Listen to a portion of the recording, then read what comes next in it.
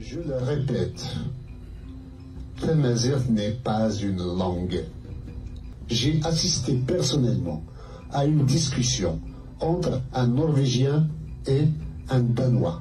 Ils se comprenaient parfaitement dans leur langue respective. C'est presque la même. Et pourtant, ils ne disent pas. C'est le germanique.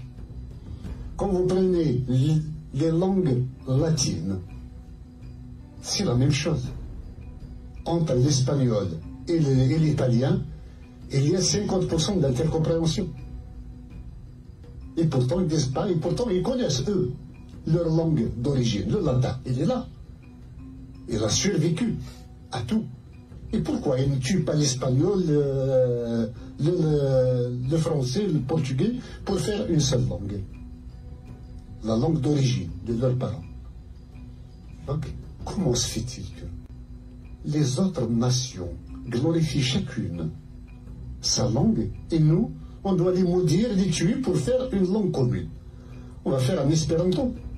Regardez l'espéranto. Il a été fait pour, dans les années 60, dans l'euphorie, pour unifier toutes les langues du monde. Combien de gens parlent aujourd'hui l'espéranto? Il ne dépasse pas 5000 personnes. Donc, chacun enseigne sa langue. Nous connaissons Tsakadaïlis. Donc, Tamazight est un moyen de mystification de l'identité kabyle. Si c'est Tamazight qui est la langue, donc le kabyle est un patois. Si c'est un patois, donc nous ne sommes pas un peuple. Sauf seul un peuple a une langue. Ceux qui ont un patois ne sont pas un peuple. J'ai été scandalisé quand des scientifiques kabyles parlaient de variante berbère. C'est quoi variante berbère? On a peur de dire que c'est une langue. C'est du mépris et vraiment du colonialisme même que de dire que Tamazight c'est une langue. Non. Le Maroc a essayé, avec l'IRCAM, d'unifier les langues berbères, de les standardiser. On parle même de standardisation en Algérie, même à l'échelle de tous les Amazirs. Standardisation de Tamazight. Comment on va standardiser? Chacun a une langue à part.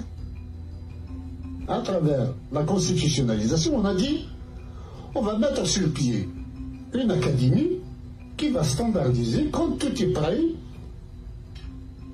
on va la rendre officielle. On se moque de qui? On va tuer toutes ces langues pour en faire une qui sera la langue de qui? Non. C'est vraiment noyer le poisson. Et puis, il y a ce complexe.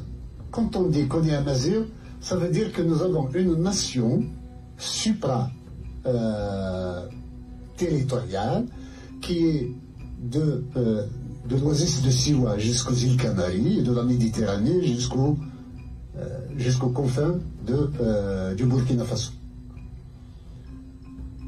Ça nous donne un sentiment de puissance, comme quoi nous sommes très nombreux. Mais nous sommes nombreux quoi? Nous sommes tous conscients que l'arabe n'est pas notre langue et que nous avons le droit de la contester. C'est notre droit absolu de refuser la langue arabe, pour nos enfants et pour nous-mêmes. Donc nous n'avons pas besoin de nous cacher derrière l'arbre amazigh pour affirmer l'être kabyle.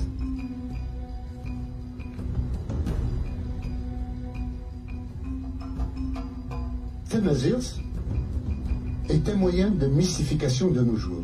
Elle a servi de bouclier contre l'arabisation à une époque donnée. Cette époque est révolue maintenant. Tamazight, je le répète, Tamazight n'est pas une langue. C'est du mépris et vraiment du colonialisme même que de dire que Tamazight c'est une langue. Non. Standardisation de Tamazight. Comment on va standardiser? Chacun a une langue à part. On va la rendre officielle. On se moque de qui? on va tuer toutes ces langues pour en faire une qui sera la langue de qui? Il y a ce complexe. Quand on dit qu'on est Amazigh, ça veut dire que nous avons une nation supra-territoriale qui est de l'oasis de Siwa jusqu'aux îles Canaries, et de la Méditerranée jusqu'aux confins du Burkina Faso. Ça nous donne un sentiment de puissance, comme quoi nous sommes très nombreux. Mais nous sommes nombreux quoi?